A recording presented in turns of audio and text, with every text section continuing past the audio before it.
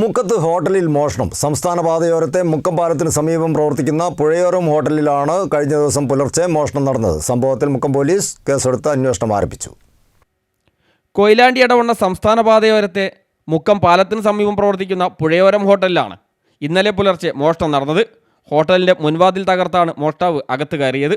ഹോട്ടലിൽ നിന്നും 5000-ഓളം രൂപയും ക്യാഷ് കൗണ്ടറിലുള്ള ഭണ്ഡാരത്തിൽ നിന്നുള്ള പണവുമാണ് നഷ്ടപ്പെട്ടത്. മോഷണത്തിൻ്റെ CCTV ദൃശ്യവും ലഭിച്ചിട്ടുണ്ട്. ഹോട്ടലുടമ മുക്കം പോലീസിൽ വിവരമറിയിച്ചതിനെ തുടർന്ന് മുക്കം പോലീസ് സ്ഥലത്തെത്തി പ്രാഥമിക പരിശോധന നടത്തി.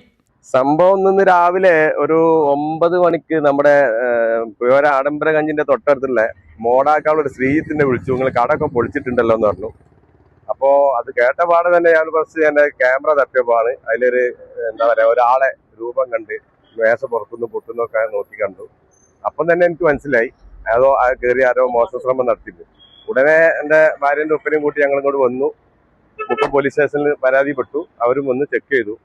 അപ്പൊ ഉള്ളില് കുറച്ച് നഷ്ടപ്പെട്ടത് എന്ന് പറഞ്ഞാൽ കുറച്ച് ക്യാഷ് ഉണ്ടായിരുന്നു. അത് ഇന്നലെ നോമ്പ് കഴിഞ്ഞിട്ട് പെരുന്നാൾ കഴിഞ്ഞിട്ട് തുറക്കാൻ വേണ്ടിയിട്ട് പണിക്കാർക്ക് കൊടുക്കാനുള്ള ഒരു 5000-ത്തിനടുത്തുള്ള പേയ്മെന്റ്, അതിനെ റബ്ബർ വേണ്ടിയിട്ട് അതിലൊരു ചെയ്തിരുന്നു.